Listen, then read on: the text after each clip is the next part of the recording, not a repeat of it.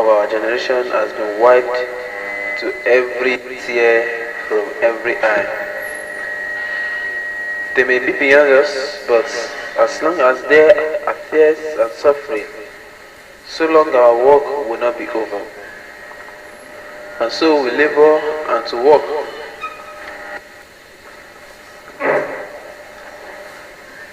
and work hard to give reality to our dreams. Those dreams are for India, but they are also for the world. For all the nations and people are so closely knit together.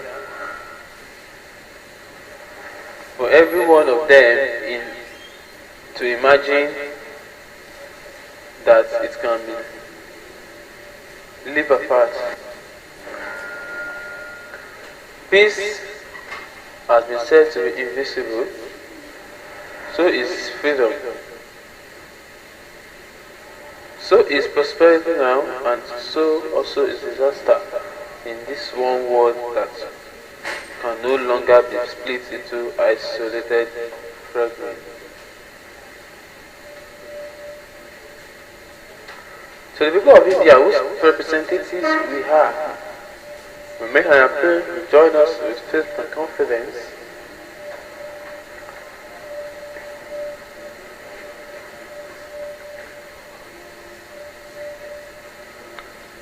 Peace has been said to be indivisible, so is freedom. So prosperity now, and so is the disaster, and this one world that can no longer be split into isolated fragments. So the people of India, whose representative we are, we make an appeal to join the faith and confidence in this great adventure. It is no time for pity and destructive criticism. No time for ill will and blame others. We have to build the noble mansion of India, where all India people may dwell. The appointed day has come.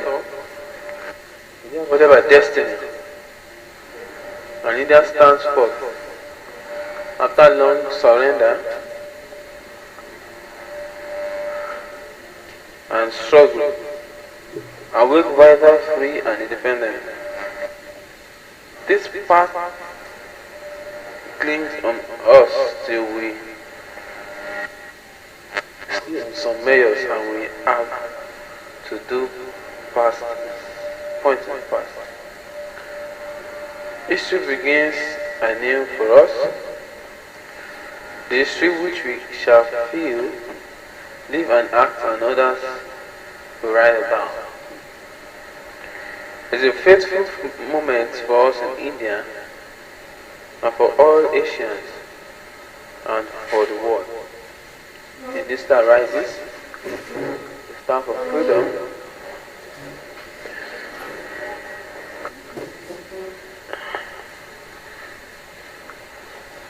Evil clouds surround us. Many of our people are sorrow-stricken, and difficult problem encompasses us. But freedom brings responsibility and burden, and we have to face them in the spirit of a free and disciplined people. On this day, our first thoughts go to the architect of this freedom and tell the person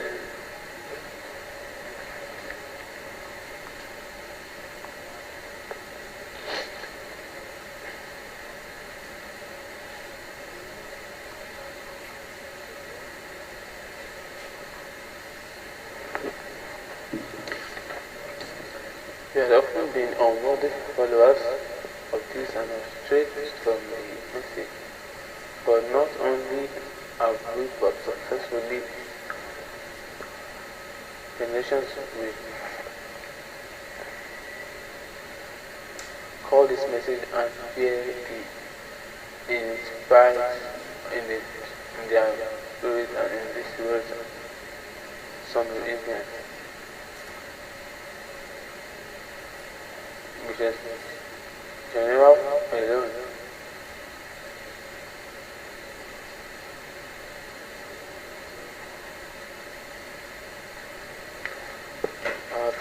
be of unknown volunteers and soldiers of freedom, who without praise or reward have served India even unto death.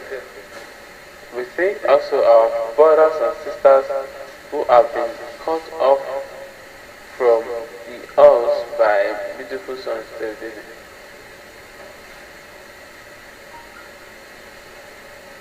Our next thought must be of the unknown.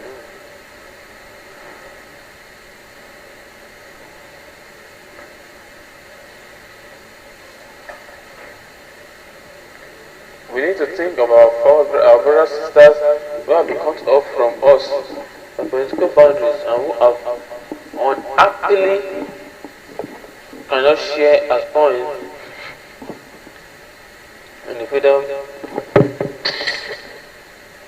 that has come. Many of us will remain free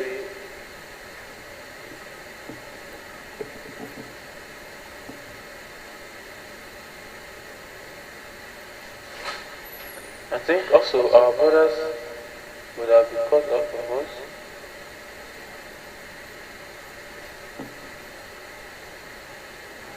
I think also that the brothers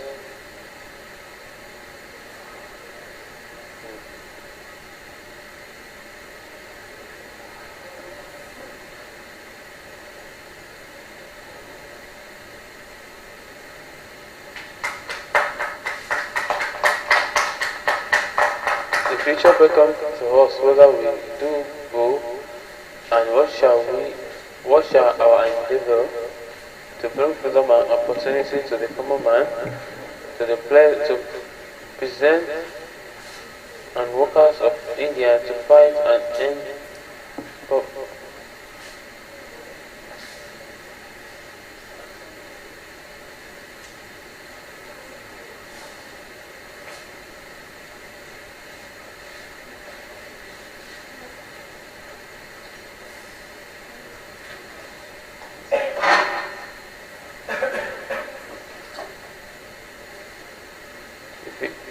we have hard work ahead.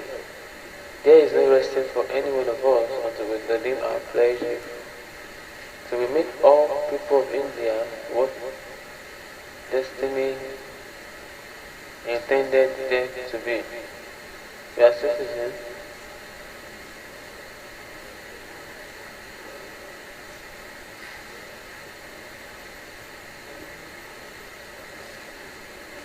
Yeah.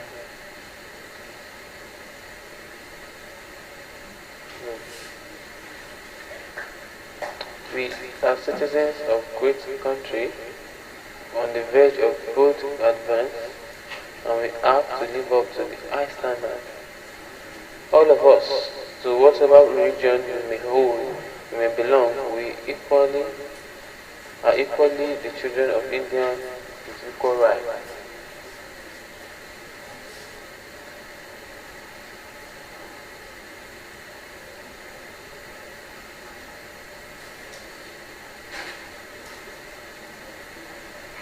We are citizens of great country and on the verge of both advance, and we have to live up to that high standard. All of us, whatever religion we belong, are equally children of India with equal rights, privileges, and obligations. We cannot encourage communalism or narrow-mindedness for another nation. We can be great without people that are narrow in the thought or in the mind.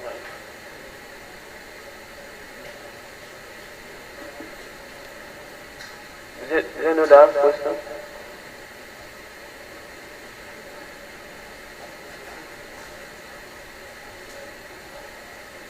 Other question?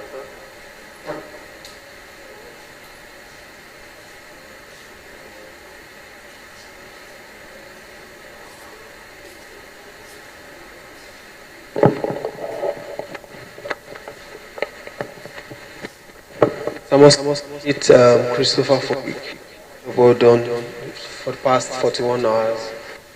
My name is Ajit with Nigeria. So you spoke a whole lot about civic societies. earlier today and even early in the morning, you spoke a whole lot about civil societies. Now, in these times that we are in, most especially in Nigeria, we are having these get rich quick syndromes whereby people have lost a whole lot of interest even in the government, not to talk about civil society or other organizations. So what do you have to say to young persons to encourage them not to give up on this country? What do you have to say? Yeah,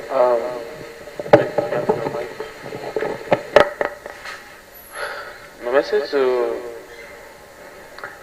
individuals, young, old, is that there is no such thing like hopelessness.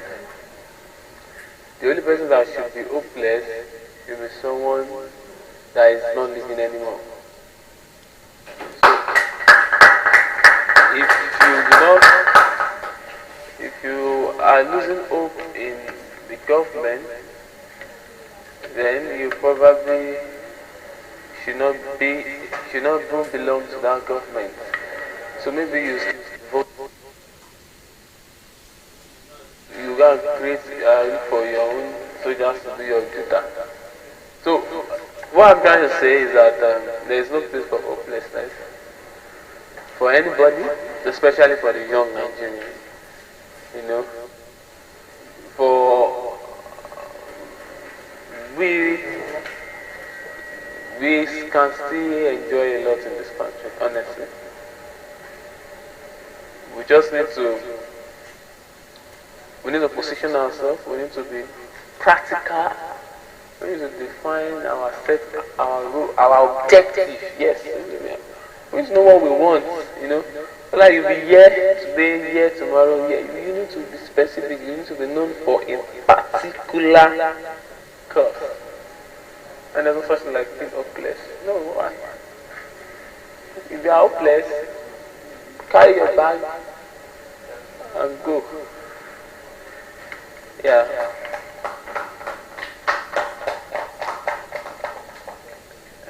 Any other questions?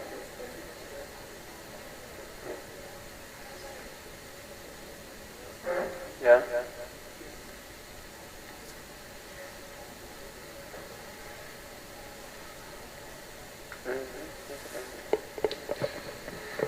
Okay, should we continue? Okay.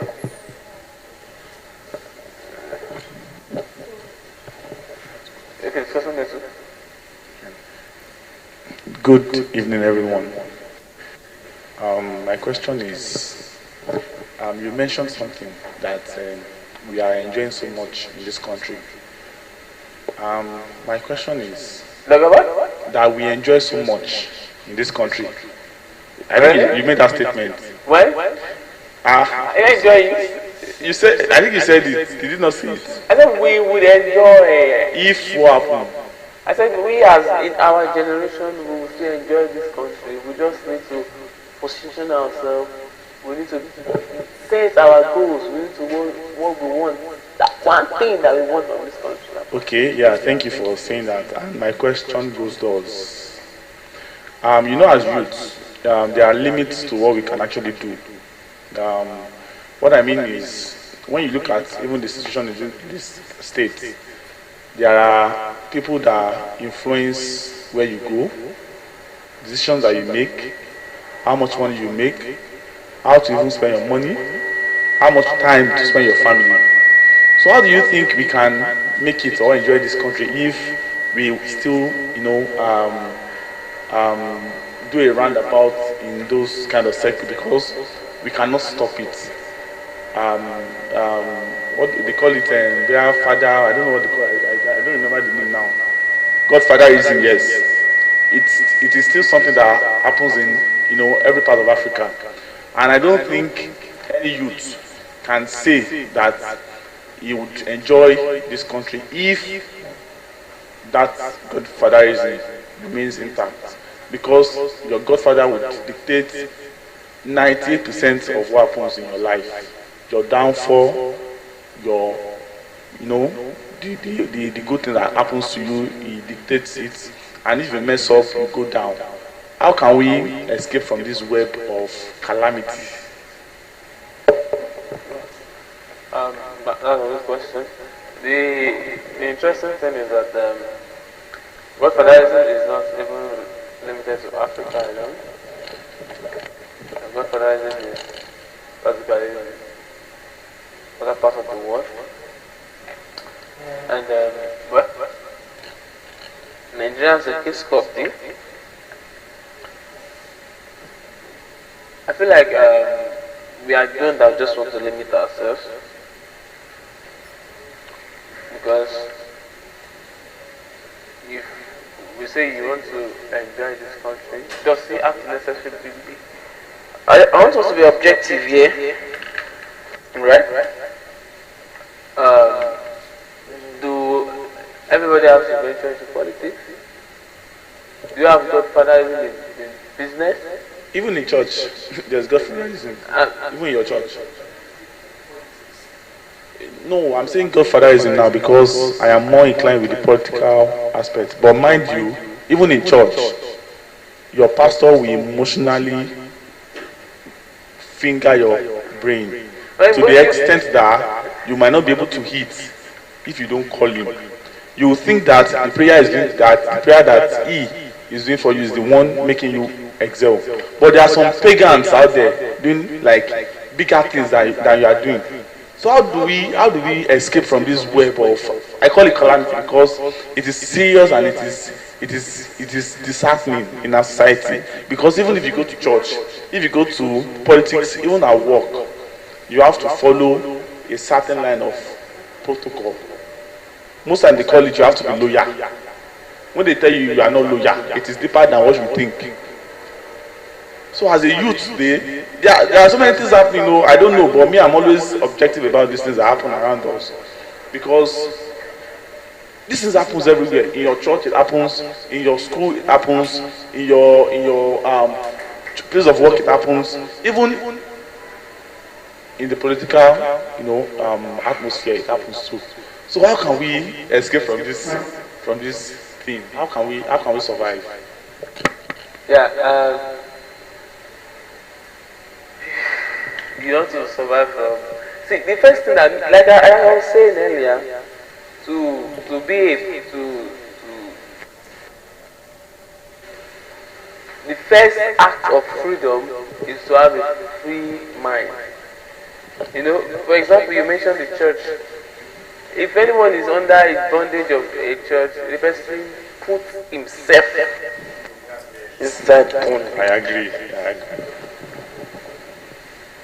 If you have a godfather in the political realm, you also put yourself inside.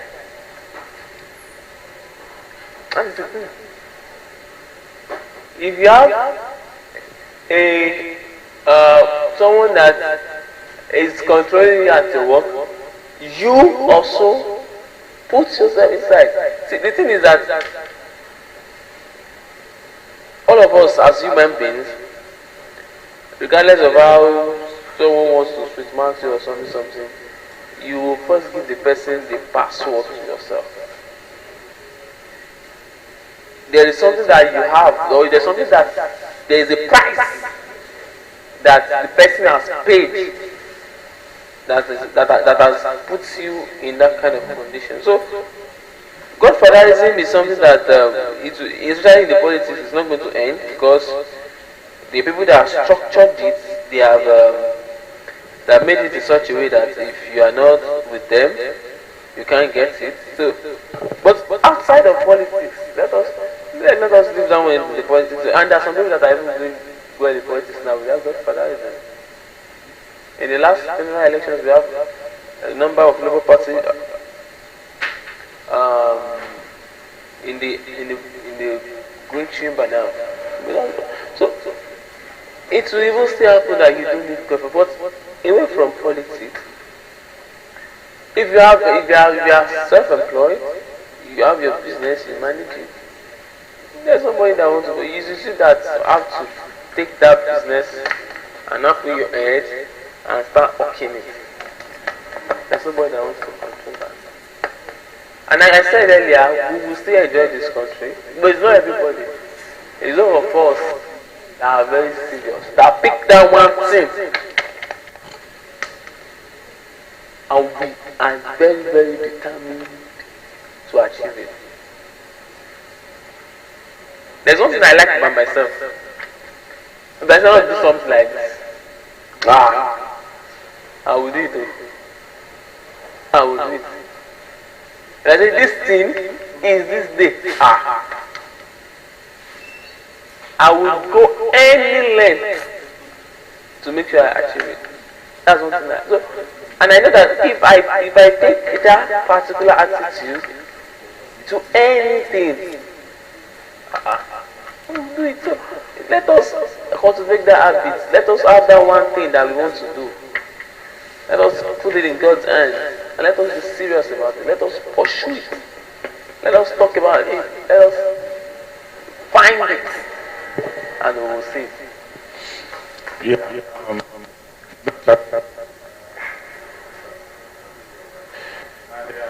For the question, the answer. But I have this other question. You said something that if you are determined, that in politics you put yourself in that shoe, that's why you have a godfather controlling your life. But I say this, most times it is not always their fault. They don't have a choice. It is more like someone that is sitting for an exam, that you see something like question 1 is compulsory, or use the answer of question 2 to solve question 3. It is one thing that most times those that are in that bondage, they don't really see another option. If they do, they'll probably have choosing the option B. I don't know if you agree with me. I don't agree with you. Okay. Because in Nigeria, unless you want to deceive yourself, if you do politics, you should know I'm not even saying politics now, like I mean general. There's a higher chance. There's like 80% chance. So you say that you said you know. You said I want to do that, but you said you are even on the lookout. If you don't deceive ourselves now, you are on the lookout. Which one? Who should I cling to? That. Because that is how the system is already. It's now. You know, someone I'm not doing politics. So I'm not. But people that want to. You are a politician now. You are a politician now. I think you just won an election some days ago. I'm a youth representative. But it was an election, of course. That's politics. Is that a politics? I know. That's an organization. But one thing I know about politics is the fact that you have a candidate who is against you, and you need the vote of, like, you need the majority vote. It means that you need to buy. You get the conscience of other people so they can vote for you, so you win the election. And I think you won the election, so why you say you are not into politics? If you are saying I'm into politics, then everybody is, because even in your house, in your family, you also play politics now.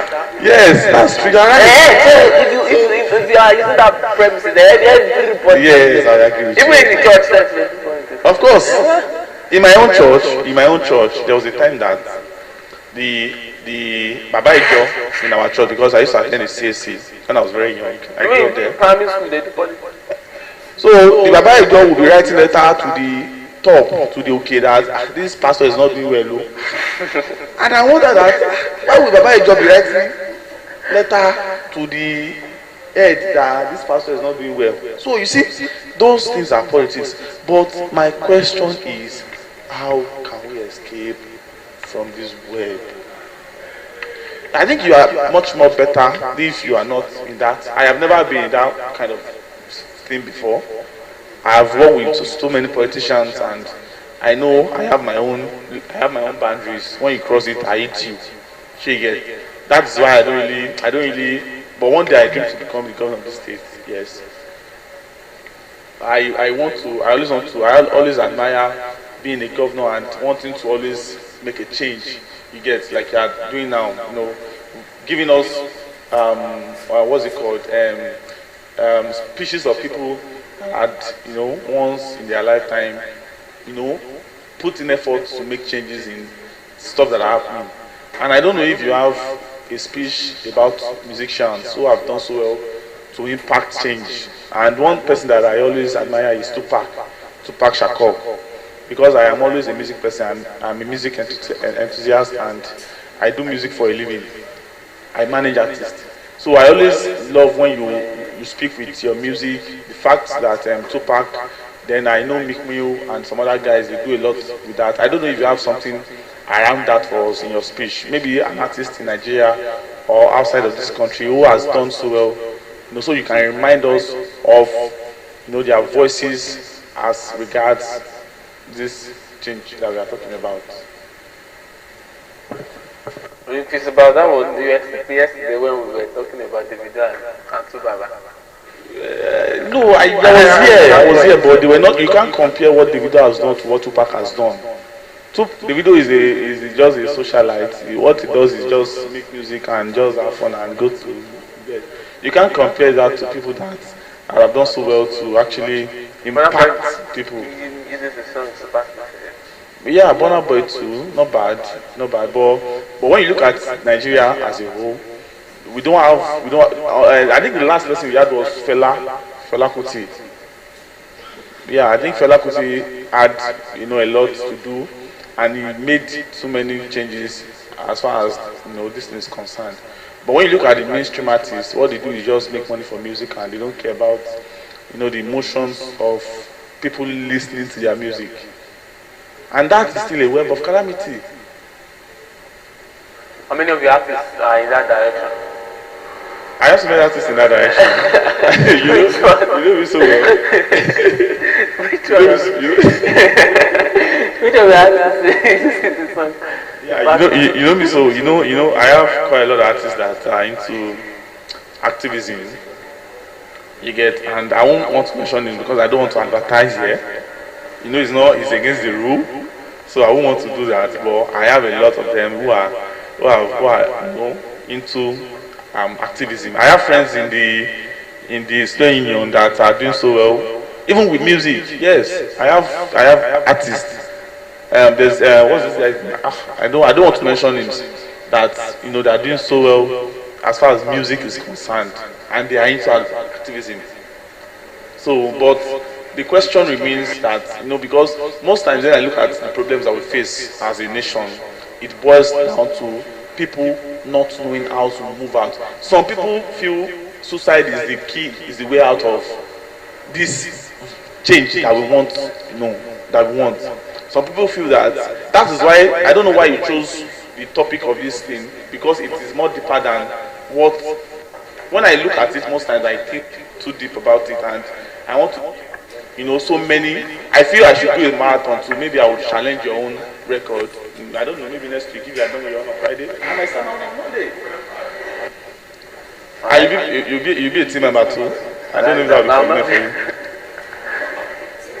for you. So it is a topic that might not finish in 5 days. I don't know. It's a topic that might not finish in 5 days, and I hope that, because of course you've said a lot about this Indian guy, Gadi. You told us a lot about some other guys too. United States President. You know something? Sorry, I have to cut you short. I'm very sorry for that. Something happened this afternoon that actually impressed me, and I hope that in the remaining hours I can do that to as many people as possible, and that was when I had the opportunity to charge FCBR, and I feel like I've given her a course, and I feel like if that's what I can achieve in this marathon, I will be something like that. Now, she had an idea. We were talking about agriculture. We're talking about the government not encouraging people to do agriculture, especially the young people. And I mentioned that yes, government is not, but the culture has a stereotype. Young people are not even interested. And she said, yes, that's true, but agriculture goes beyond farming. That is, she used a term, I don't know, maybe technology agriculture, or I don't know, white collar agriculture, I don't know what she is. Agro-business, that's what she is. Yeah.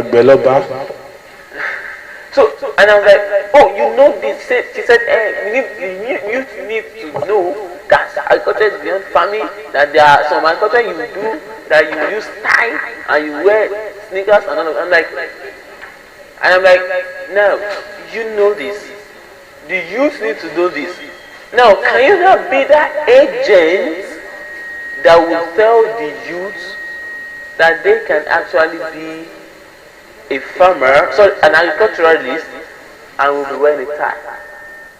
Do you understand? So now, I'm giving her like a charge. Now, as an agriculturalist that you are, that you've embraced, can you now create an opportunity to tell people that the stereotype that you have about agriculture is not correct, because people don't know? But can you now use your whole mouth to tell people?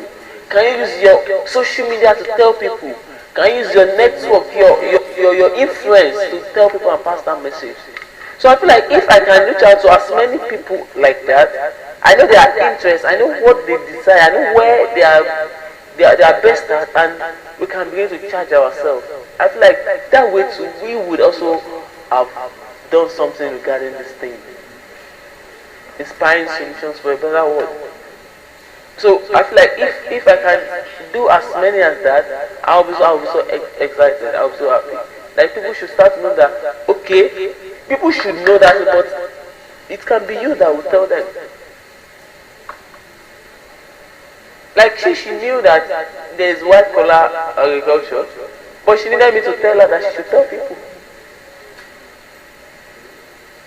So I just hope that at the end of the day, we will inspire change, and then moving forward, we will definitely have a better world. I have a question again. I don't know why I'm the only person asking questions. There's another question on the back, so. Good evening. Pelumi by name. I just have two questions to ask, sir. During your presentation, you made mention of when you are talking about democracy. I just want to ask two questions. I want to ask, you are talking about building a lasting democracy. Then I want to ask now that what makes a strong democracy? That is one. And number two, how do we promote democracy?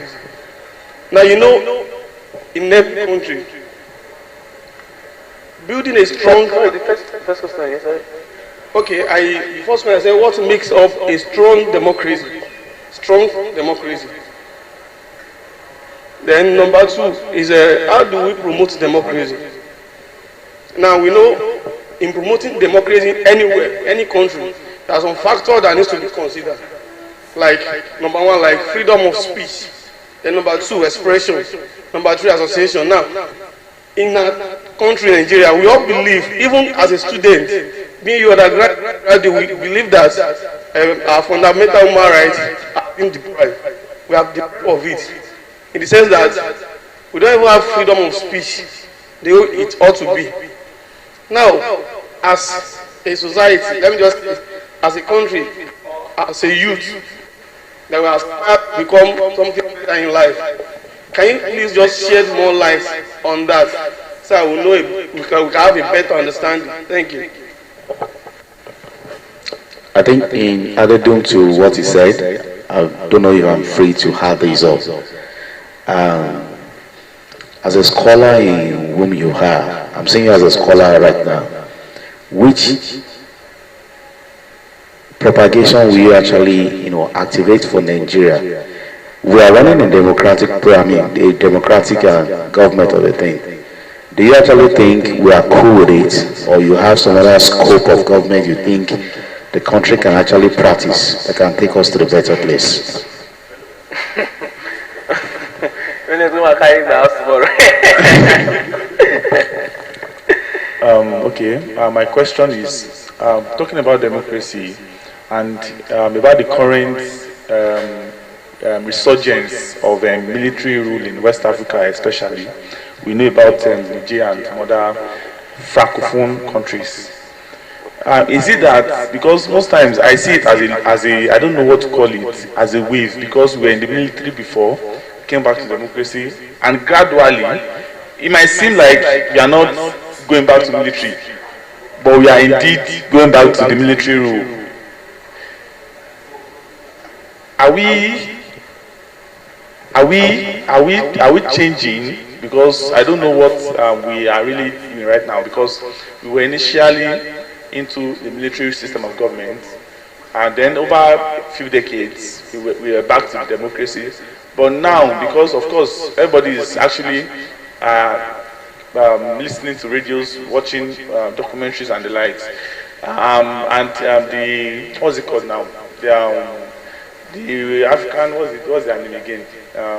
ECOWAS, yes, thank you. ECOWAS, they challenged and they talked and all series of meetings, but still nothing has been done to that effect. Are we saying that the normal democracy that we do is not really efficient? Or you get, because most times when you see these countries, they clamor for changing government because of corruption. And I know when I was in school, I used to feel that when you're in the military, you rig a lot because but why are people going back to this same system of government, even when they know that this system of government is the most corrupt system of government? I have an answer to that question, but I don't know if it's the right answer, because I feel people get, people get interested in value, monetary value. If I'm buying you with money for you to feel that okay, the military rule is good enough, then why is it that I'm not thinking otherwise? That if I go back to this military rule, I'll probably suffer times 120 of what I'm gaining today. What do we need to do to change the idea or the scope of people about governance? How do we change people's mindsets about governance? That's my question. How do we change the mindset of people? Thank you. Yeah, well, I will answer the questions to the best of my understanding. I cannot guarantee that the answers are 100% correct, but I will try my best. Now, how do we strengthen democracy in Nigeria? The first thing that we need to know is that democracy is a system of government. Democracy is a form of government, and it is simply the government by the majority people. Now, every country or every clime has its own method and way of practicing its own democracy. Countries pick systems that are peculiar to their nature. In Nigeria, we are using the presidential system. In British, we are using the parliamentary system, and also they have the ceremonial emperor. So, to solidify our own or to strengthen our own kind of democracy is by the adherence to the rule of law. Because there is nothing like democracy without rule of law. The fact that the majority is electing a particular person, that person that is being elected has some standing laws that is supposed to follow. To elect that person too, there are some standing laws to follow. For example now, the way the American their own democracy. It's different from the way we practice our own, even though we still use the same presidential system.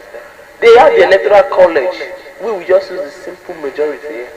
Or even our simple majority to say you need to have 25% in at least the third state, right? That's our own. But they, after everybody votes, that will not be the election. Some people will now vote, the electoral college. Where the state votes is where those delegates will now vote. And those are the ones that decide the election. So that's their own democracy.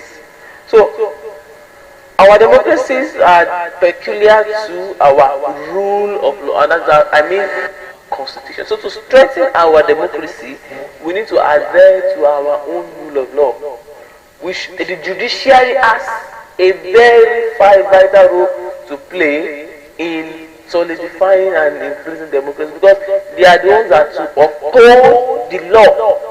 If the executive is going otherwise, they have to checkmate. If the citizen is going otherwise, they have to checkmate.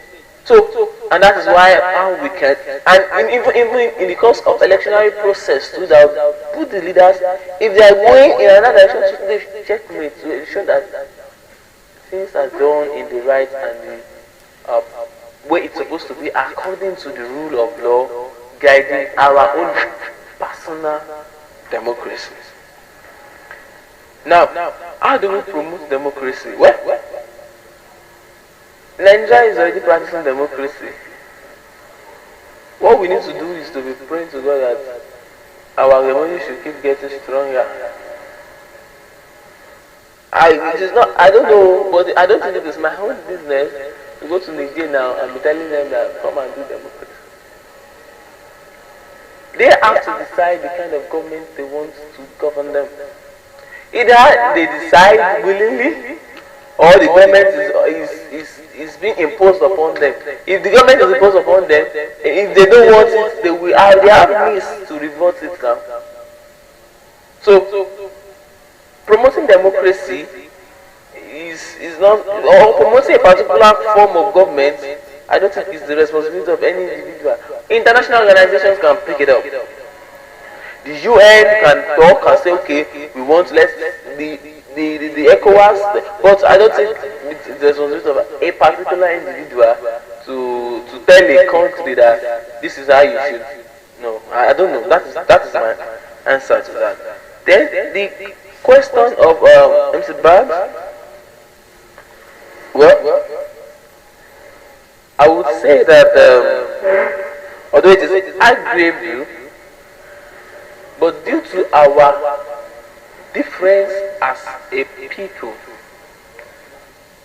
due to the fact that from the beginning we were never one, right? We were amalgamated together. They joined 2 plus 3 plus 7 plus 17 to create Nigeria. I would say that I don't think there is a better government that will best suit Nigeria than a democracy. That's what I'll say. I don't think there's any government that will best suit the terrain of Nigeria than a democracy. Had it been, it is Oduduwa that was the country now, we can say, okay, we want to be practicing monarchy, yeah? Had it been, it is Akoko that is the country now, I'll say yes, I'll be practicing totalism. Alright? So, but due to the peculiarity of our country, where we are so diverse in religion, we are diverse in tribe, we are diverse in language, and so I feel like democracy still happens or still looks like the best form of government for Nigeria. Now, the question relating to the frequent military takeover and how the public are accepting it at first, that it seems that they will regret at the end of the day. Bro, so you said something the other time, bro, you may like it, yeah. Before, I don't know, maybe the second will come back. The thing is, when before a military take over a particular government, it usually knows the public perspective. It is rare, almost impossible, for a government to be doing very well for the citizen and there to be a military takeover. It is very, very rare because they know that they would not have the public acceptance. Forget that the military have gone, no? But when they want to be a coup or a junta, that public acceptance is one thing that they always use, and they need it for international bodies as well as to satisfy their conscience. So most of the countries that have been overthrown, you will notice that these countries, they are countries that they will tell you they are practicing democracy, but they don't have limit to term of office. The president will be president for 17 terms. Anything that just rigging election, declaring yourself president. So and you think that, and you are very corrupt, not like you have stayed there for 40 years and everybody's happy. They are not happy. You are there, the country is not progressing, people are getting hungry, and then some people now came with a flash of hope. Come on. The military that will take over that government, even as at the time of taking down the government, in their head, what they want to come and do is they want to make the country better. That's like I've always been. They always have this enthusiasm because they are soldiers, they are trained, they have this enthusiasm that this government is ruining the lives of our people. We are sworn to defend the people of this country as well as the country. So let us fight for these people. Let us fight this government for these people. But you see, the moment they get that power, and they taste the goodness of that power, they change. Automatically, that corruption will now be imbibed into them. But you see that most of them, they are still trying to let us do this, let us do this. They have this enthusiasm to actually bring about a change. And for Nigeria as a country, democracy has come to stay. All these military, these ones are just starting their own. We've had our own. This is our third republic. Do you think that this is the third republic? So we failed, first republic failed, second republic failed, this is the third republic. So, like this was now, if they have democracy tomorrow now, if they have democracy tomorrow now, that will be second republic. Maybe we are now third republic. So we've seen Nigeria has grown. It's not their mates, they are ignoring all this cool stuff. So democracy has come to stay, and I feel like it is the best. I don't want, if you have a contrary opinion, that please don't share it. But I feel like due to our differences, that is the best. If I had a different opinion, I would not say it is the best, I would just not mention it.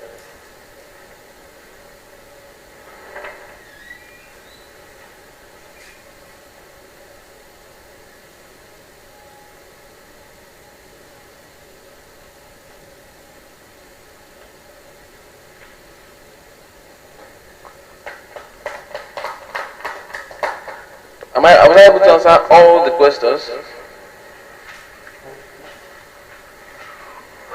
Was I able to answer all the questions? You have a question?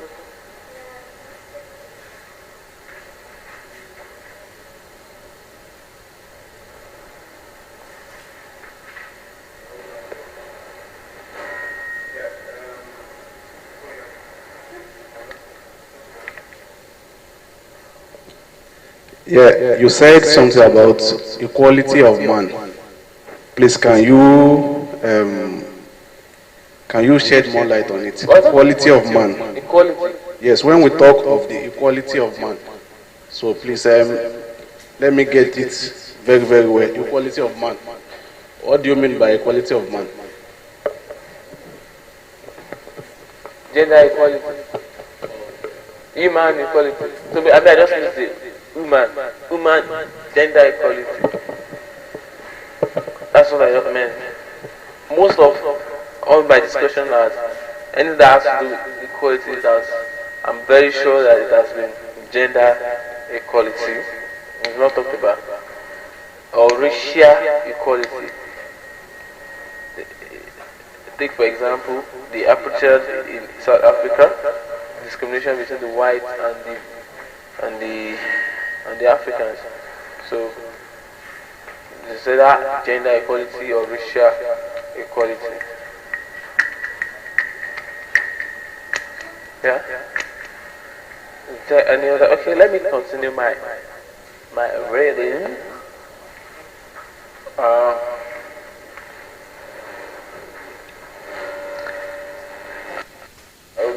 Reading. I'm reading Pandit Jawahar. Reading Pandit Jawahar Nehru, Twice with Destiny. The eve of India's democracy. He made his address, and that's what we've been visiting. Our next thought must be of unknown volunteers and soldiers of freedom who, without praise or reward, have served India even unto death.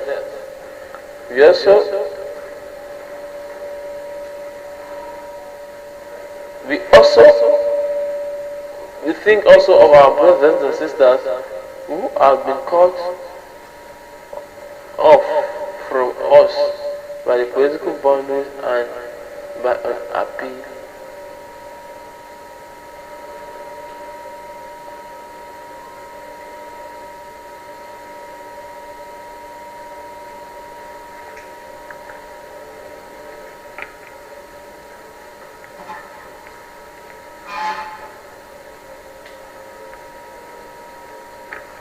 We think also of our brothers and sisters who have been cut off from us by political boundaries and who unhappily cannot share their presence in the as that time has come. They are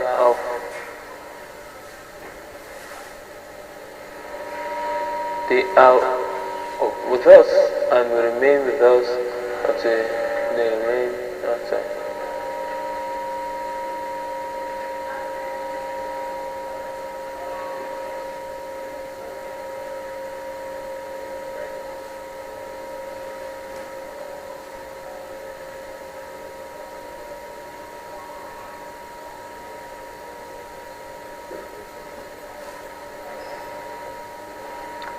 The future beckons.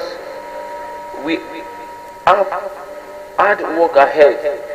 There is no resting for any one of us till we redeem our pledge in full, till we make our people of India what destroyed India did.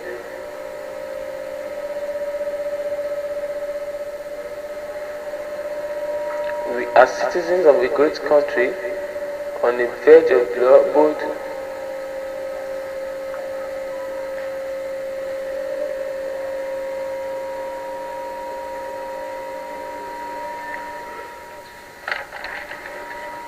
to the nations and the people of the world. We send greetings and pledge ourselves to cooperate with them in forging peace, world freedom and democracy.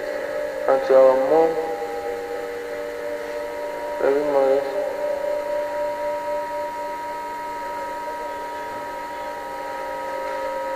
And to India, our much loved Indian mother.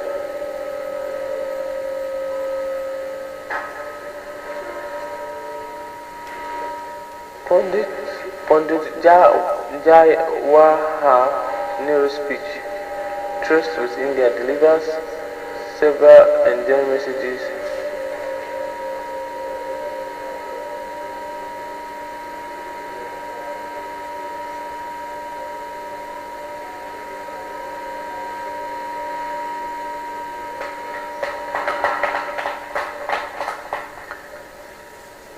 Pundit Nehru's speech have key lessons that we can learn from: inspiration for unity and harmony. Nehru emphasized the need for unity, communal harmony, and in building a strong and prosperous nation.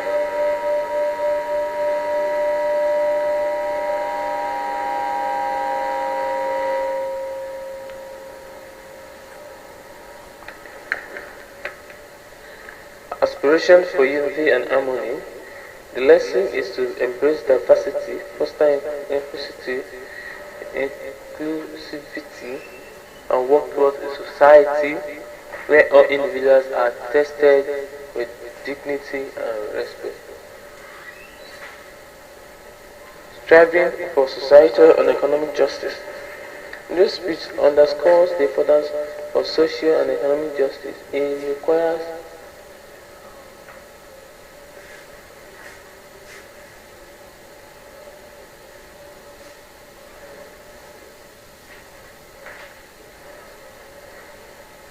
empowerment through education. News highlights the transformative power.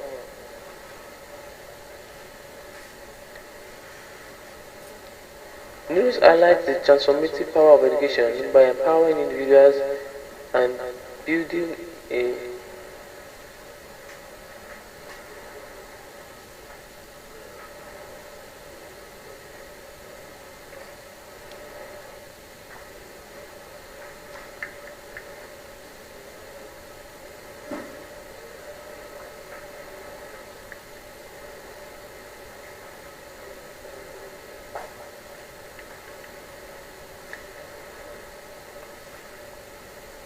Nehru emphasized the need for widespread access to quality education, particularly for the disadvantaged section of society. This lesson is to invest in people and engage life both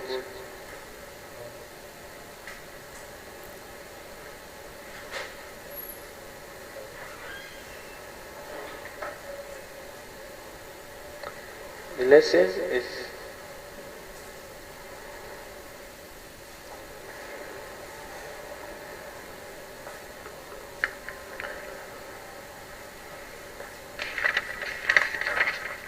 embracing democratic values.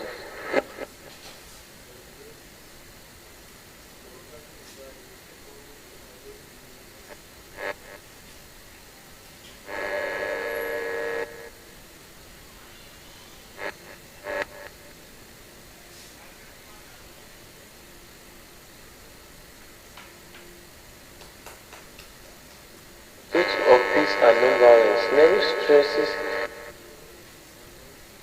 by developing and fostering international relations.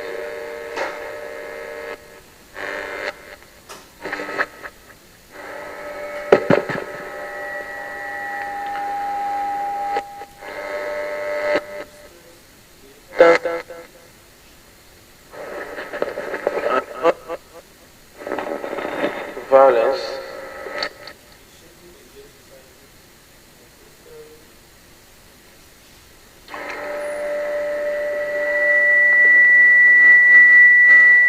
International relations. It calls for the resolution of conflict through peaceful means, both democratically and globally, which is a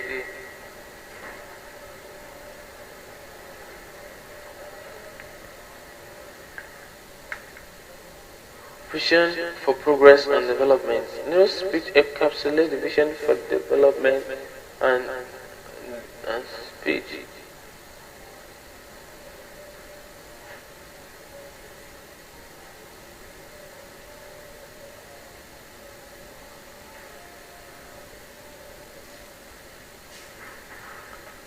This lesson is to promote peace, dialogue, diplomacy, and as effective tools for resolving the conflict and building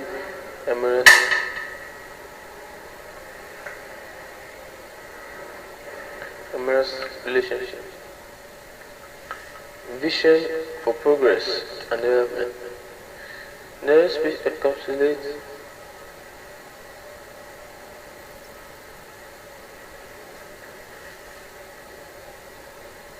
this speech provides a compelling call of action for the modern day where questionable stop applied by his vision.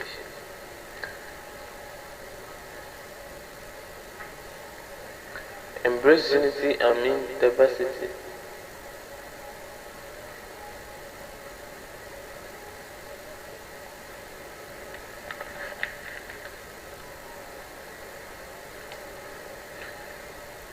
Pursue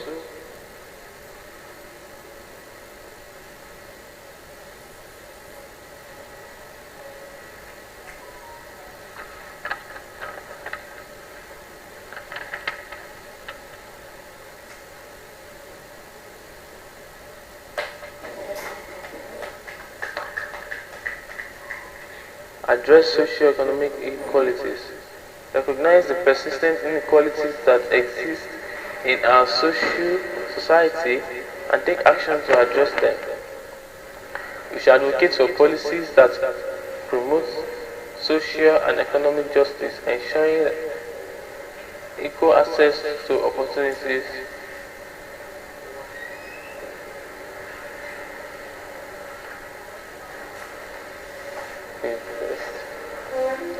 Invest in education and lifelong training.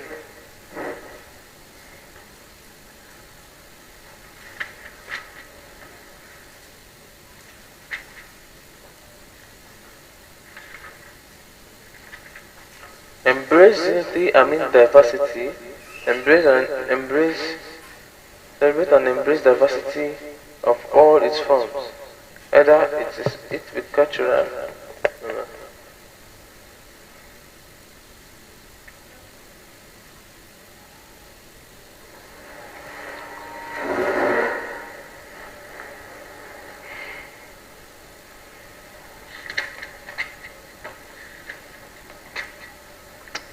So we revisit affordable care about Obama.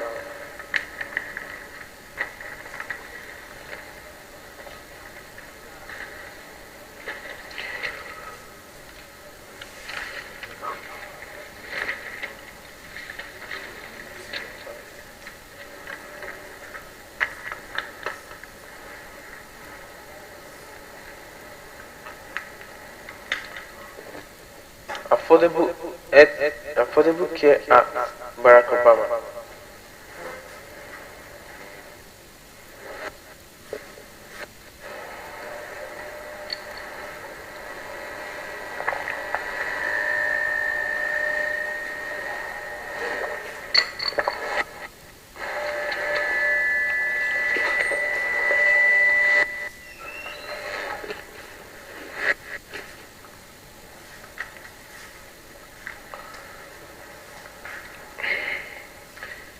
In the final moments of healthcare reform in the United States, President Barack Obama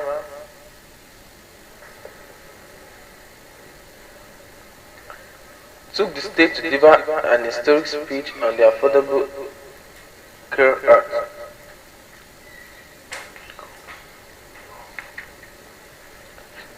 With a vision of ensuring acceptable and affordable health care for all Americans, President Obama outlined the transformative impact of his landmark legislation in his impassioned address. On the August need for comprehensive healthcare reform, the core principle underlying the Affordable Care Act and the tangible benefits it will bring to individuals and families.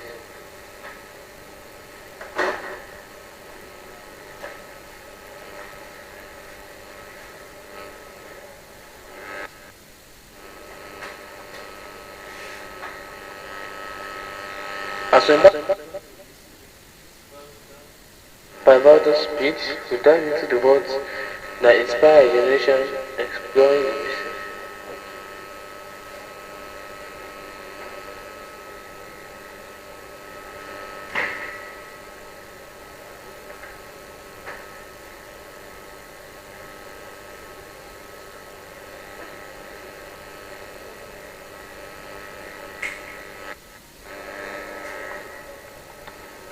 As we embark on a journey to receive the pivotal speech, we dive into words of this that inspire the nation, exploring the vision, values, and enjoying teachers, lessons that continue to shape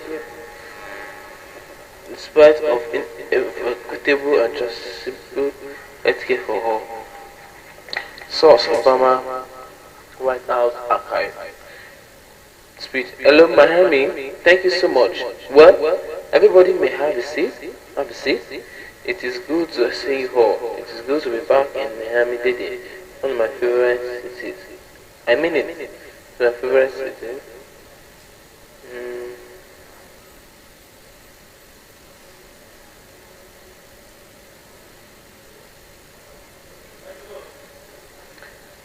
I want to thank. Want to thank your long time. I want to thank your long-time president and great friend, Ediel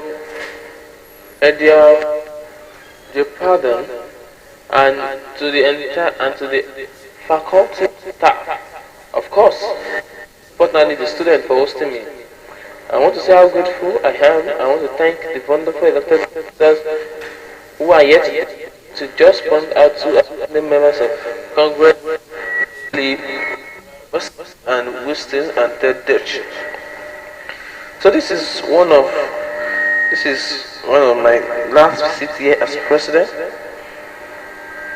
Now, once I'm not president, I can come here often. Right now, usually I only come to Florida when I'm working. When I'm office, I can come here to have fun. But the first thing I want to say is thank you for your support, thank you for the opportunity, and thank you for the privilege you've given me in the last 8 years to serve as the Vice President, not the President of the Senate. So this is one of my. But first, I remember starting.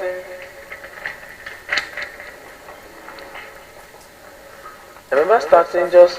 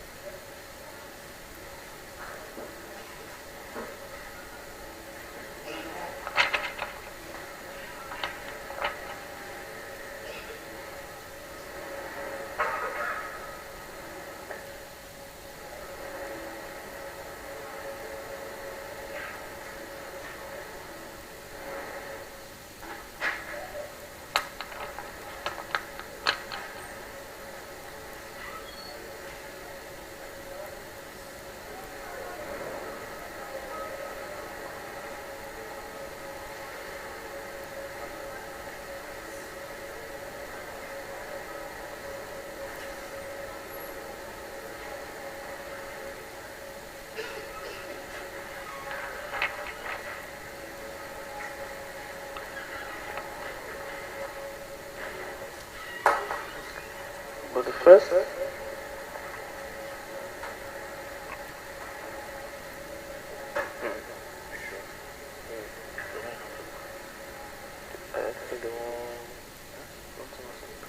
But the first thing I want to say is thank you for your support and thank you for the opportunity and privilege you have given me to serve in the past 8 years. I remember standing just a few blocks north of here in closing days in 2008 campaign. After, at that point, we were already realizing that we were in the midst of the worst ethnic commission of that time.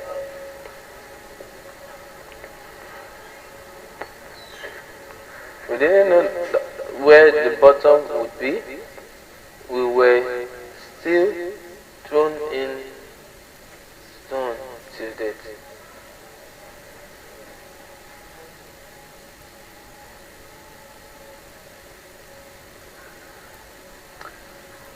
And at that point, we were already realizing that we were in the midst of the worst economic crisis of our lives. We didn't know where the bottom would be. We were still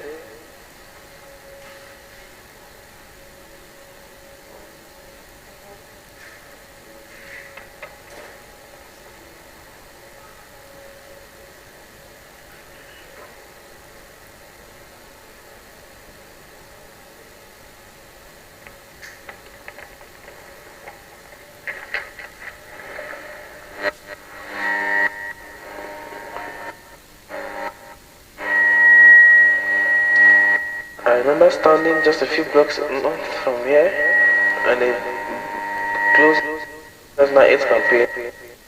We were already realizing that we were in the midst of the worst economic situation in my lifetime this year. Really.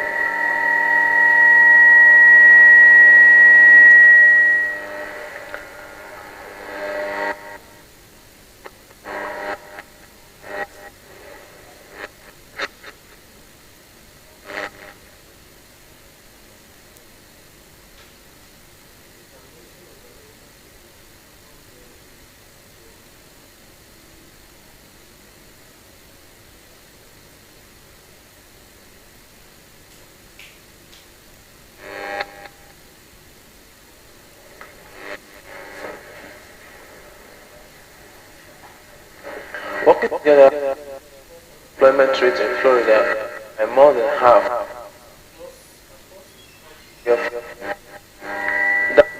Of job loss into the longest streak of job creation.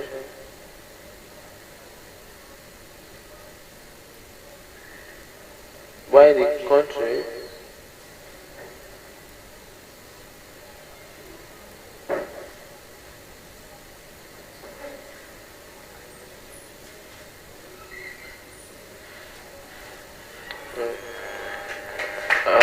graduation rate. Working together, we've cut the unemployment rate of Florida by more than half across the country. We've turned years of losses into bigger streaks of job creation of record. We have smashed dependent on foreign oil, doubled our production of renewable energy because of man and promises.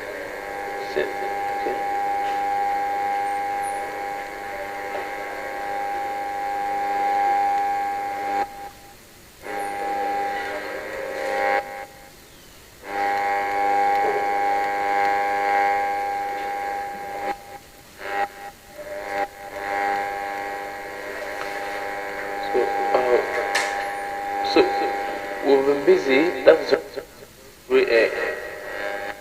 but not done one.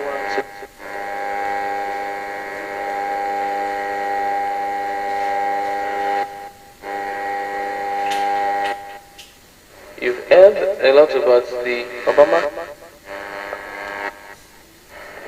It's come to be known. You heard about it in the 6.5 years because I signed it into bill. Signed into law.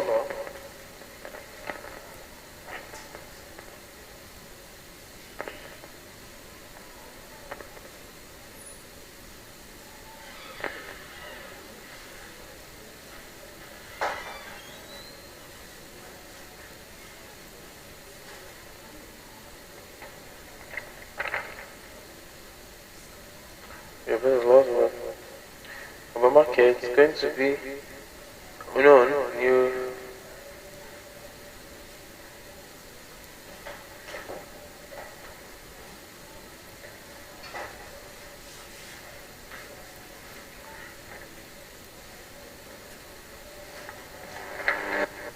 One thing I want to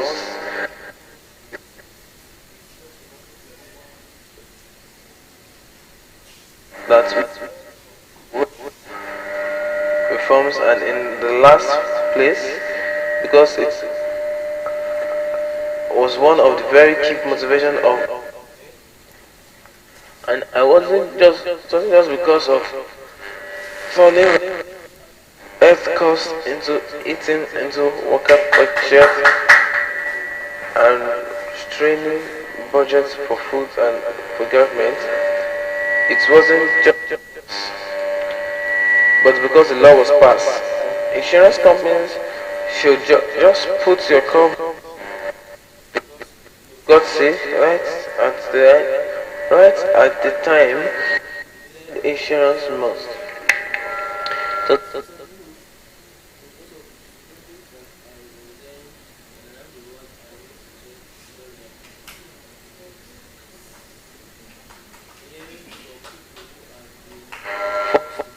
own a healthcare system at the same time as they get.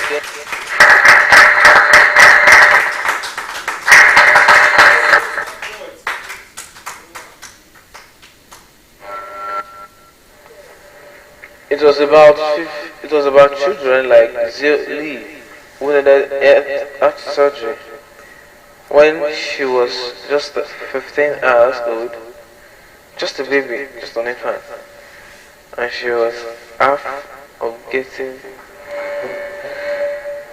She was halfway up to getting the lifeline insurance card before she was going to pick it. And she got a bright future ahead of her. We felt so hard for her health on the phone, but fortunately, as a girl, she was diagnosed with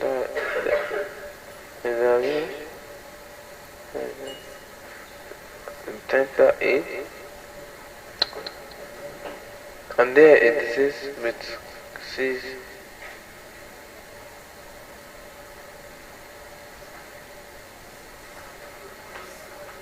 We fought so hard for the health reforms because of fought so hard for the health reforms as was supposed to be the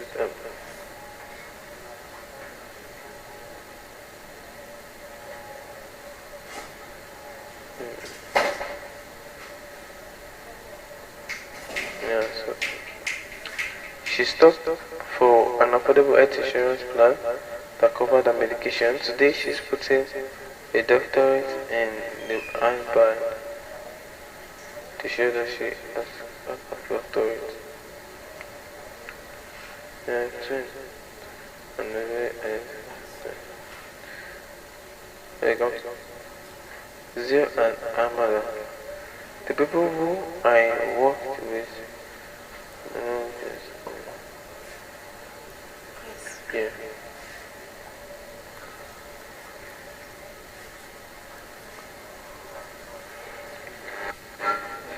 Zio and Amada, people who got letters from every single day describing what it meant not fair that they got sick or a member of the family got sick. If they, heaven forbid, were in an accident, that's how they would have lost something.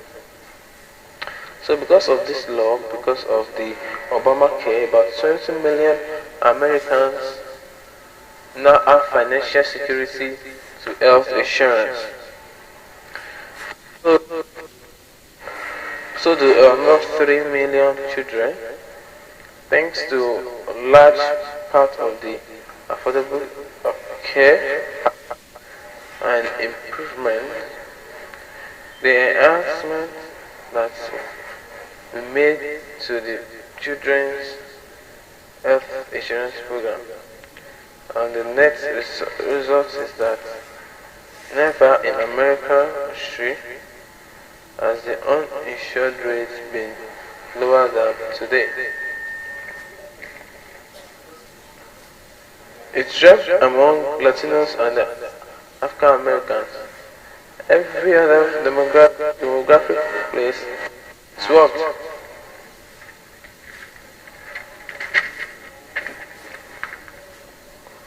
Not that this doesn't work, that's perfect.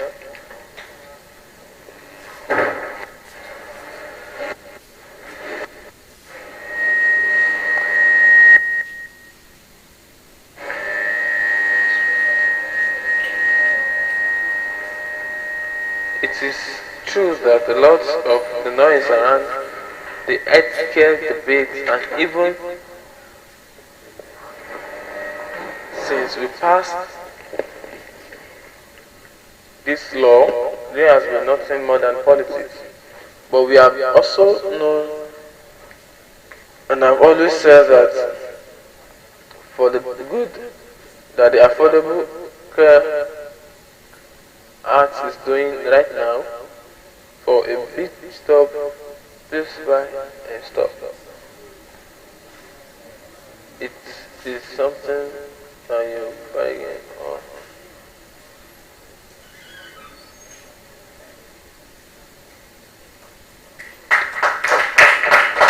it's better than not having a baby, not having a home, but you hope that over time you can make some improvement. In fact, since we first signed the law, we had already taken a number of steps to improve it, and can do more.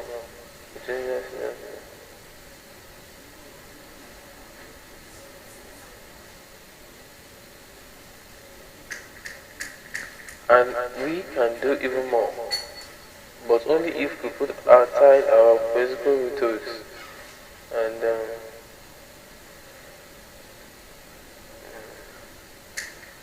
I will fix it. So that what I see.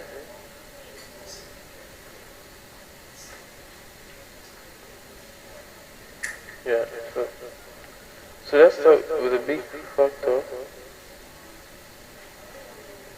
This isn't the kind of the rare speech.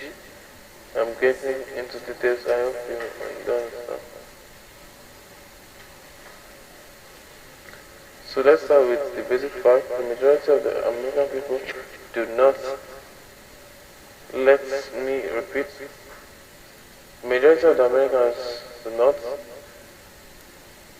let me get healthcare through affordable healthcare act. 80% or so of Americans get healthcare in their job, through their employers, or get healthcare through the MDCA, or get healthcare through the Obamacare. Americans, and so for most Americans, the affordable healthcare is the Obamacare that has just been introduced to them. Because of the law, you now have the free preventive care. Insurance companies have to offer that in another policy themselves. Because of the law, you have free checkups for women. Because of the law, free checkup for women, and it's other for insurance companies to discriminate against you because you're a woman when you get insurance. Because of the law, the doctors are finding better with the fine after surgeries and delivering healthier babies and treating chronic diseases and reducing the time of people once they are in the hospital.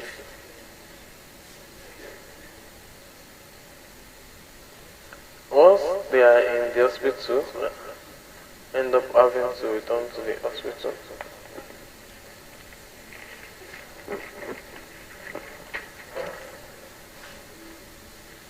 So you are getting better quality even though you don't know that Obamacare is doing it. Because of the law, your annual out-of-pocket spending is capped. Seniors get discounts on their prescription drugs because of the law. Some people can stay on their current pay, just like the Amada did because of the law. Maya was able to stay in her mother's place.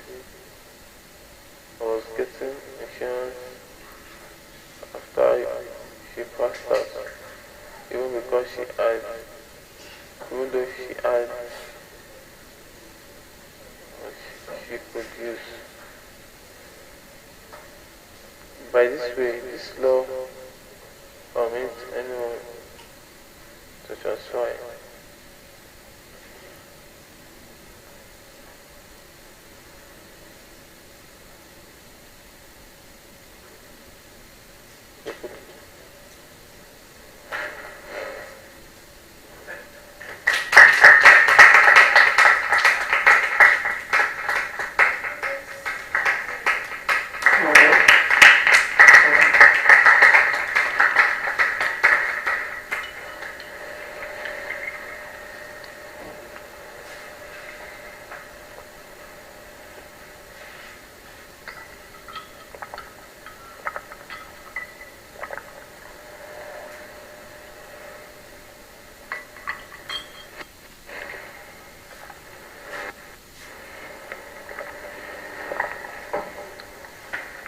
But then because this law became, how did it? This law, before Obamacare health insurance rate for everyone, whether you got your insurance on the job, you are still buying it on your own. The health insurance rate generally was going up very fast, and this is one of the cheapest because it was in the government. Now some people may see, well, I've seen my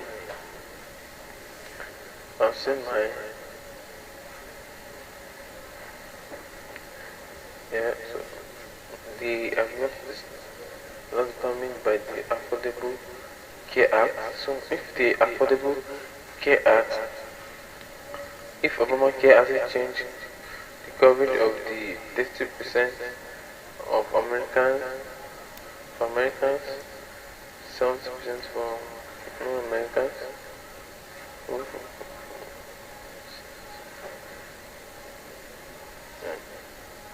yeah, so except to make it more reliable, how has the law impacted the other 15 to 20% of Americans who didn't have health insurance through their job, or who didn't qualify for Medicare or Obamacare, or didn't qualify for the Obamacare? Well, before the Affordable Care Act, frankly, you were probably out of luck. Either you had to buy health insurance or your own, or because you weren't getting it through the job and it was vividly expensive and your premium was going out of time. And if you happen to get sick and use the insurance, your insurer the next year will drop you. And if you add an insurance like this one, your or some other chronic disease, you wouldn't buy any. You wouldn't buy any drug. You just be able to. Just explain your symptoms. Yeah. So, and if you add an illness like history, so if you're trying to buy health insurance of your own, it was either hungry or expensive, or you don't provide a very effective coverage. You might buy a policy thinking that it was going to cover you. It was sort of like what I was young, when I was young, and I was trying to just keep it up, and I just for me to do that, and it was a really bit of help. I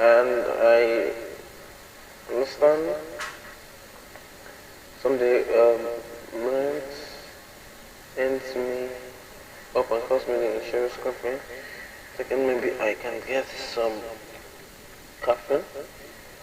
And they laughed at me. They're like, oh, really?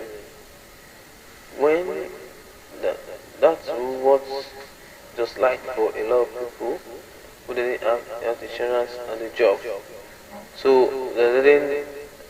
So that meant that a lot of people didn't do health insurance and a job. So you are applying to the emergency room. When the emergency room is in the message room. Yeah. So okay, pick up the my laptop. Laptop is in the emergency room. Yeah.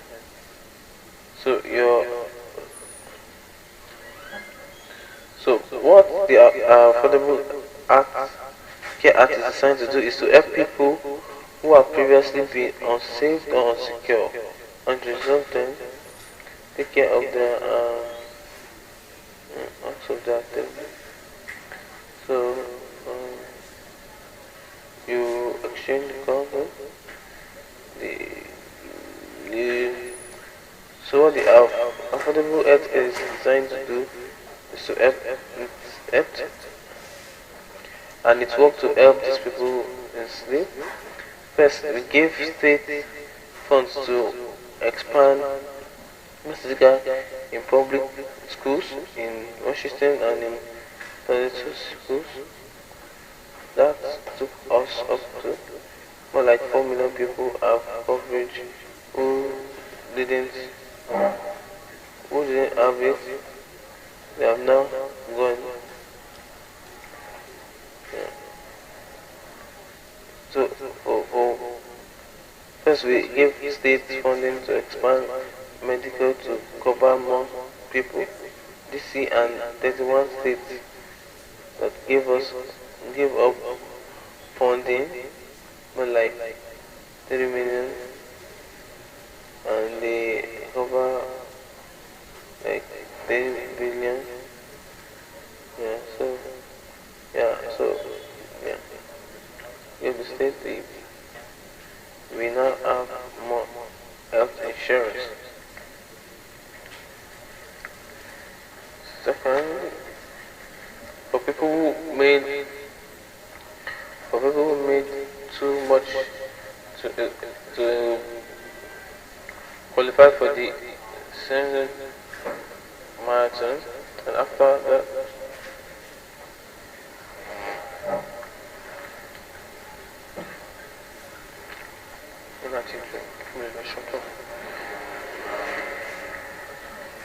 so not only did Obamacare do a lot of good for the 80% of the Americans who are already having this health care, but also it gave a new affordable option to get rid of who was money and will steal your money. So the affordable I'm talking about, it has been awesome. You get it and you get to use it. And early on, Republicans just decided to oppose it, and then they turned to scare people with all kinds of precautions.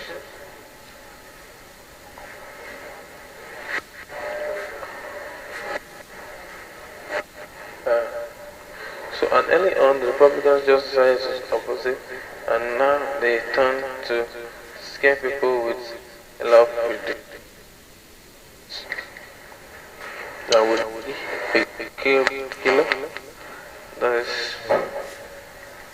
of course, everyone into the government will lead to government. It will lead to progress that would compress the people. You remember all this, despite the fact that all the bad things that are predicted have actually not happened, despite the fact that predicted that They have not actually happened, despite the fact that they have recorded that not happened. I just feel that they happen. Yeah.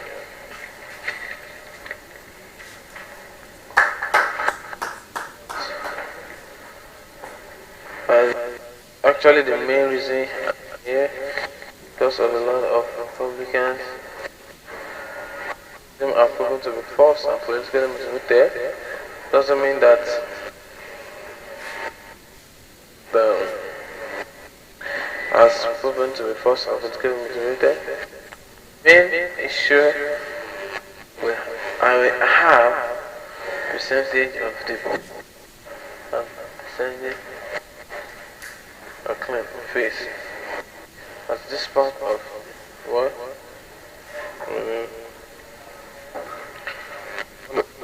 of this is I already mentioned the face.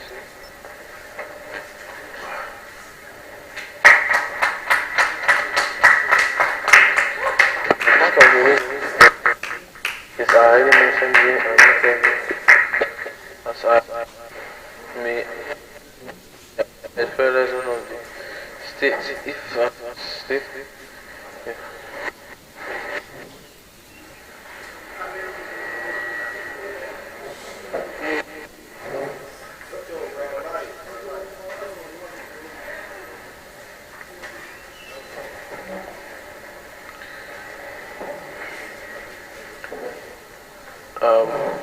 Now part of the reason for this, I already mentioned to you, not every state expanded medical to its citizens, which means that some of the most vulnerable working families that the law was designed to help still haven't gotten insurance. As you may have heard, Florida is one of those states.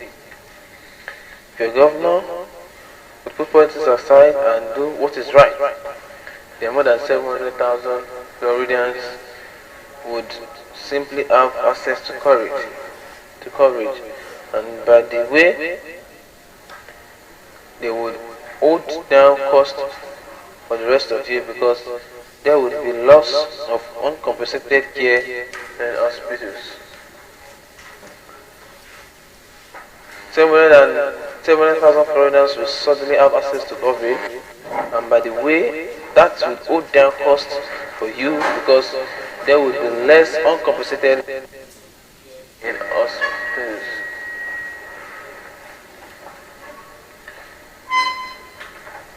And by the way, that will hold down lot cost of for the rest of it because there will be less uncompensated care in hospital, and it means that people who wouldn't sign up for marketplace, who oftentimes will be sicker, qualify for care, and so they are not raising costs in marketplace.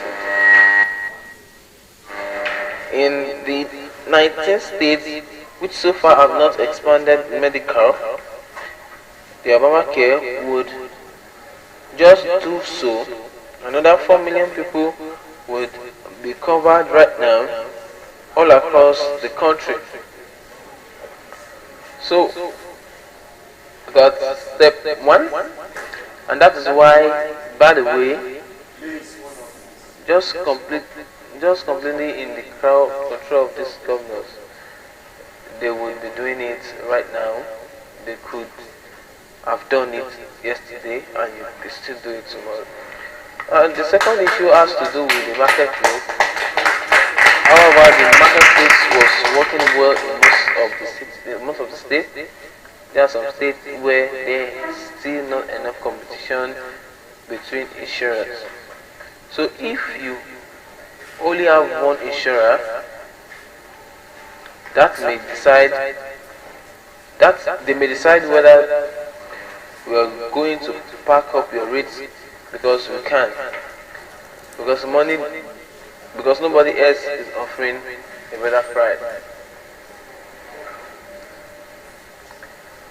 In those states where the governor or legislature is hostile to the ACA, it makes it harder to enroll people because the state is now actively participating in outreach. And so, As a consequence, in those states, enrollments in the plan, especially enrollments of young people, has lagged. And what that means is that insurance pool is smaller and it gets higher percentage of older and sicker people who are signing up. We are looking at Barack Obama's address on his Affordable Health Care Act.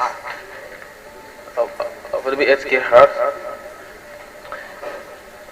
And then, in some cases, insurers just set up prices too low on the onset because they don't know what the insurance pools was going to look like, and then they start losing money. And so now they have decided to significantly increase premiums in some states. Now, in this premium increase in some states, in the marketplace that sometimes attracts negative headlines, remember, these premiums increases won't impact most of the people who are buying insurance because the marketplace because even when the tax credits go up to and offset the increases.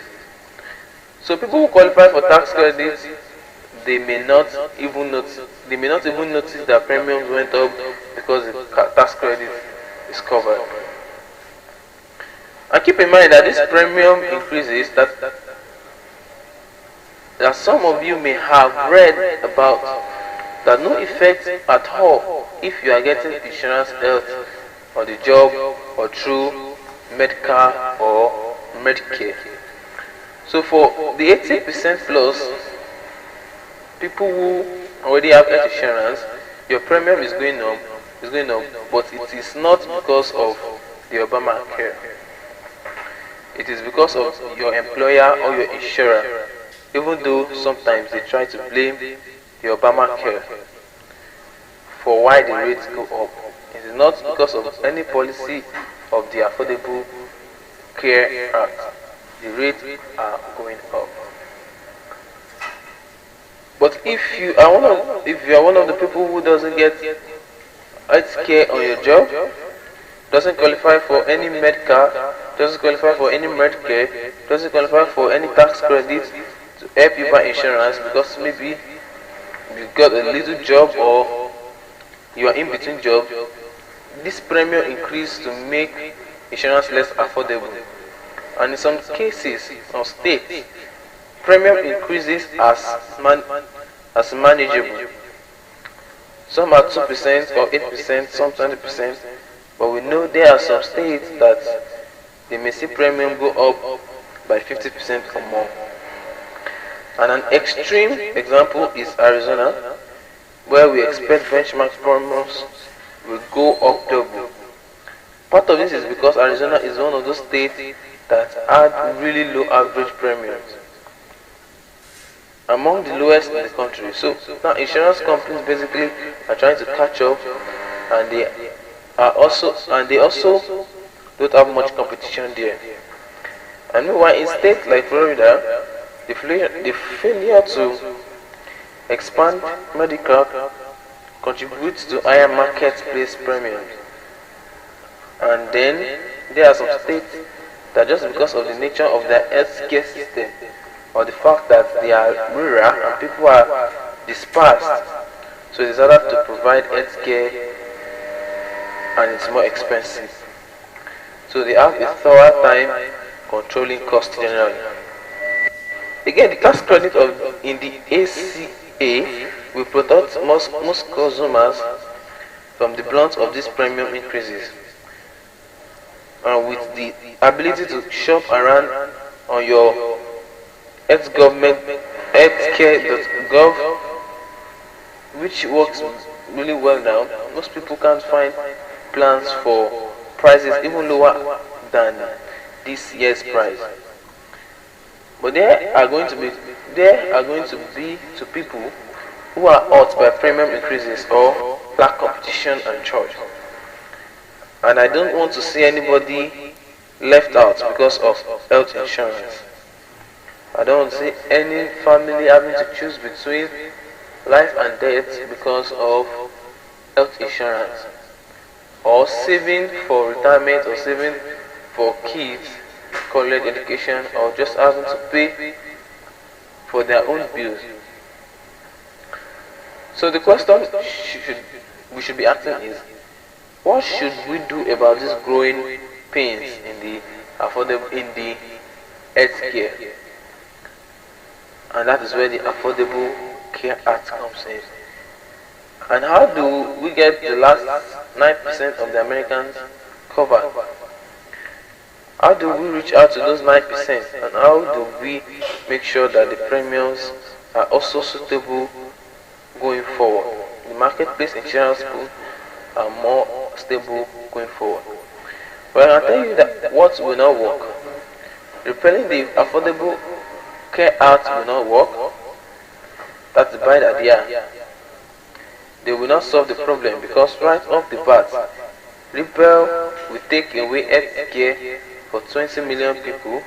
They will go back with 80% of the people with health insurance instead of 90% of the bat. And all the reforms that everybody has put in the money will disappear. Just like a young Nigerian being able to stay on his parents' plans. All the progress that we have made in controlling costs and improving how healthcare is delivered, progresses that have helped grow in the price of healthcare, is the lowest rate in 50 years. All this goes away. That is what repeal means. It will be bad for anybody, and the majority of Americans, if you don't know that you are benefiting from Obamacare, don't want to see those benefits and protection taken away from your family now, that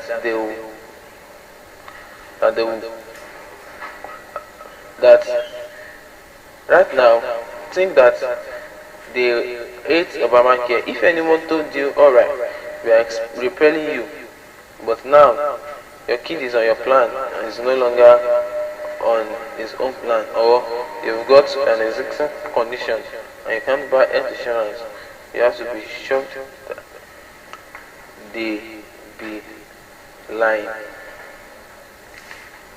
Because with Obamacare, everybody is covered. Florida, every state should expand the medical, cover more people. There's it to do. It could be done right now. If you have 4 million people, one American will help cover others. So it is so easy to do that you can just do it on your mobile devices. So, and everybody would be a beneficiary to this. So without wasting our time, let us go into another inspirational leader.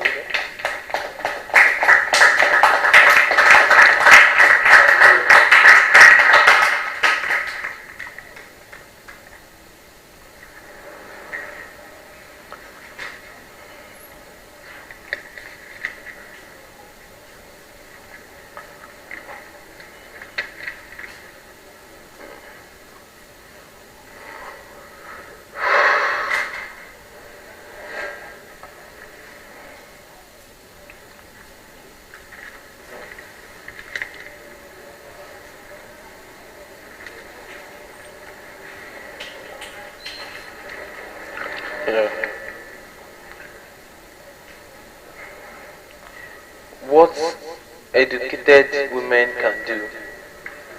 That is what we are going to be addressing. That's the speech will be beginning to now. What educated women can do. By Indira Gandhi. By Indira Gandhi. What educated women can do. In a resounding affirmation of the power and potential of educated women, Indira Gandhi delivered a thought-provoking speech titled "What Educated Women Can Do." As the first female Prime Minister of India, at the Golden Jubilee celebration of the Indira Parsia College for Women, New Delhi, India, November 23rd, 1975, Gandhi passionately addressed an audience highlighting the transformative role that educated women can play in shaping society, with a vision for gender equality and women empowerment. She emphasized the importance of education as a catalyst for change, urging women to enhance their knowledge, skills, and ability to make a meaningful impact. As we embark on the journey to revisit the empowering speech, we dive into the profound insights shared by Indira Gandhi, exploring the boundless possibilities of educated women, their role in nation building, and enduring lessons that continue to inspire and uplift women in their pursuit for excellence and societal progress. This speech is sourced from E.D. Change Multicultural Pavilion. In an ancient Sanskrit saying says, woman is the home and the home is the basis of the society. It is as we build our homes that we can build our country. If the home is inadequate, either inadequate in material goods or necessities, or inadequate in the sort of friendly, loving atmosphere that every child needs to grow, then the country cannot have harmony, or country does not have harmony, and no country which does not have harmony can grow in any direction at all. That is why women education is almost more important than the education of boys and men. She's referring to the women, and by we I did not mean only we in India, but all the world have neglected women education. It is fairly recent, of course, not to you, but when I say a child, the story of early days of women education in England, for instance, is very current. Everybody believed what had happened in the early days. Forget this page was 1975, 2004, so not all the occurrences are. Remember what used to happen here? And I remember the days when living in Old Garden, even as a boy, even as a small child of 7 or 8. I had to go to a Delhi if I had left the house. We just did not walk. Girls did not walk in the streets. First, you had your sari with which you cover your head, and then you had another shawl or something with which you entered your hand in the body.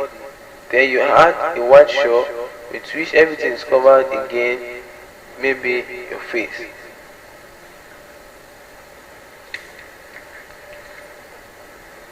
Was open, fortunately.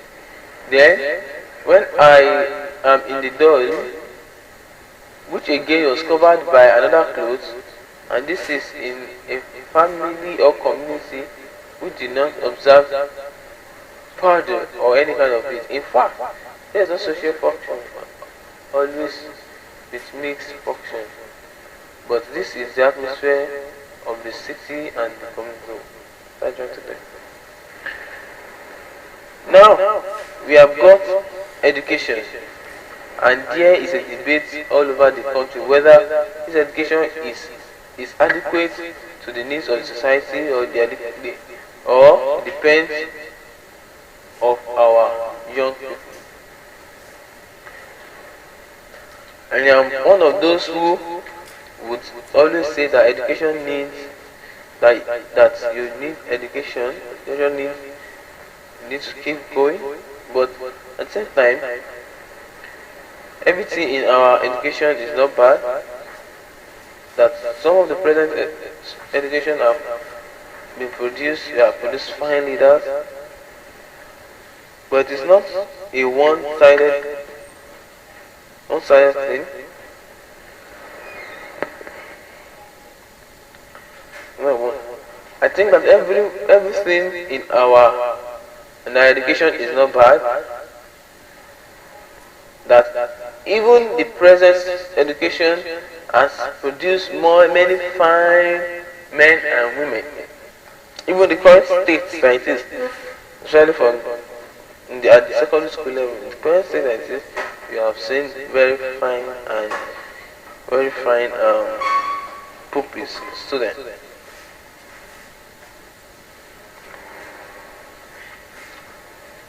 So that is why I say that there is something worthwhile. It always shows that our own ancient philosophy always has taught us that there's nothing very, so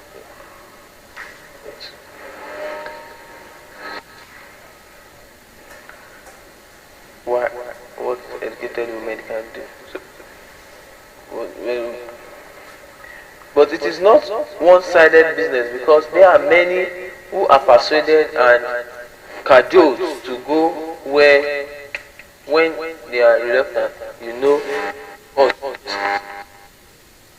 especially in medicine, energy for they approach long time. Are you coming? Say yes.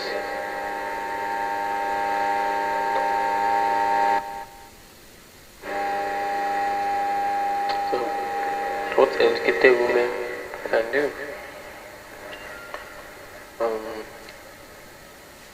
Instead of just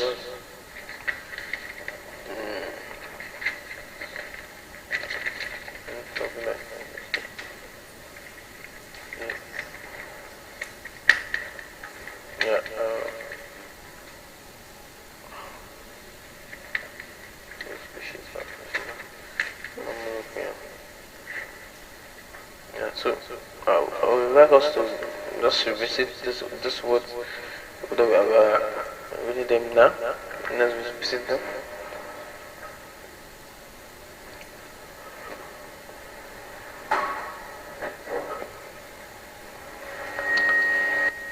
Ancient woman. Okay. I remember I remember those days when my daddy was small. What is it?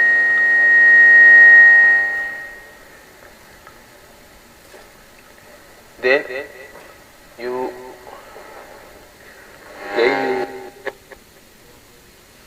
put discover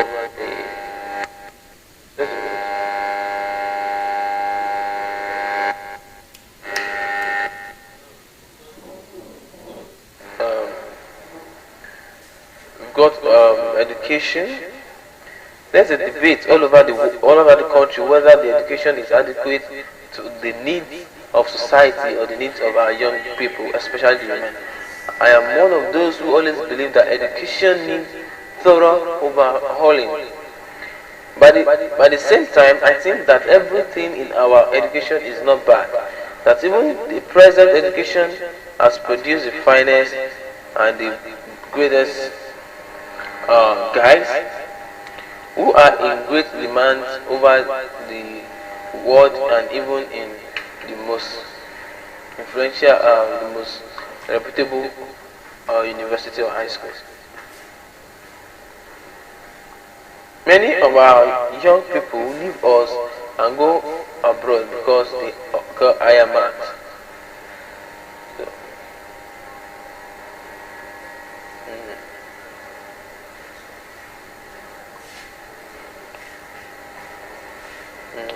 is what educated women can do. So our country is a very rich country, India. It's rich in culture. It's rich in many traditions, old and even modern traditions. Of course, it has a lot of bad things too, and some of the bad things are in the society. Superstition. So superstition which has grown over the years and which non-clears have the tradition that they are just marks and they are not your animal.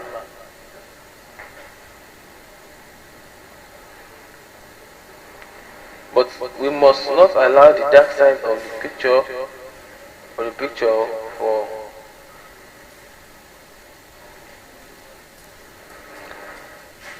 we must not allow the dark side of the picture which by the side exists in every country of in the world, because it's the yeah.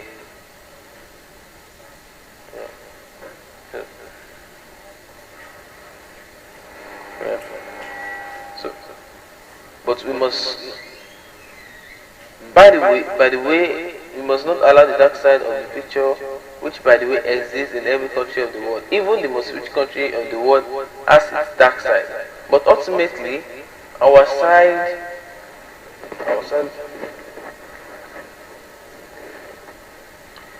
in India, we should want to project the world. We should not want to project the one side to the world, because everything is small. It will be a lot of noise. Yeah. Yeah.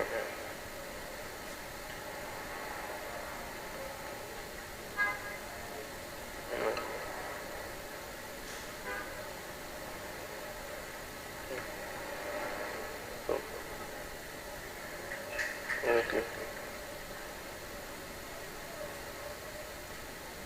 If your teacher, but along, if anybody does anything, he has to, of course, does anything, you have to, of course, confide in your teacher. If your teacher tells you you can't do this, even if you are a bright student, you know every teacher cannot go unpunished. If any teacher does anything, you molest. This country, India, has been has had remarkable achievements in its credit. Of course, and associate times more than 5 times. Mm,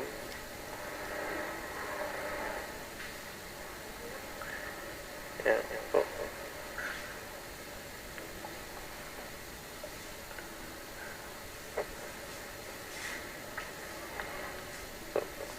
today we are passing through special dark times, that those who are in dark times are also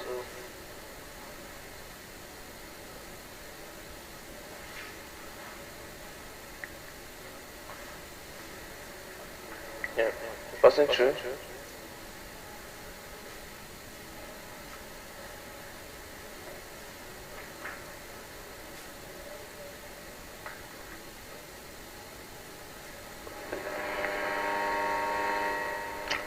Except for the countries that which call themselves consume to quite many countries. So if your teacher encourages and says that you are with me on a diplomatic assignment,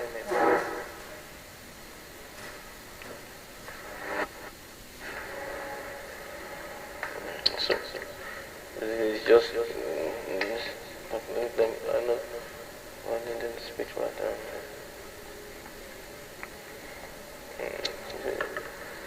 Today we are passing. We want to focus on gender, climate change.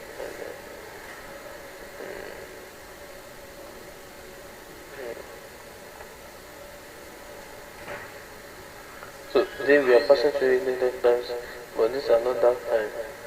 They are except from the ancestors.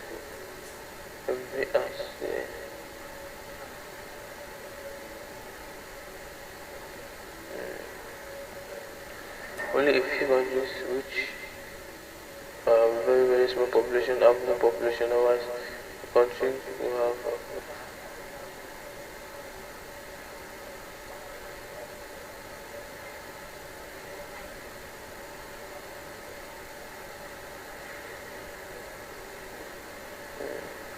Okay.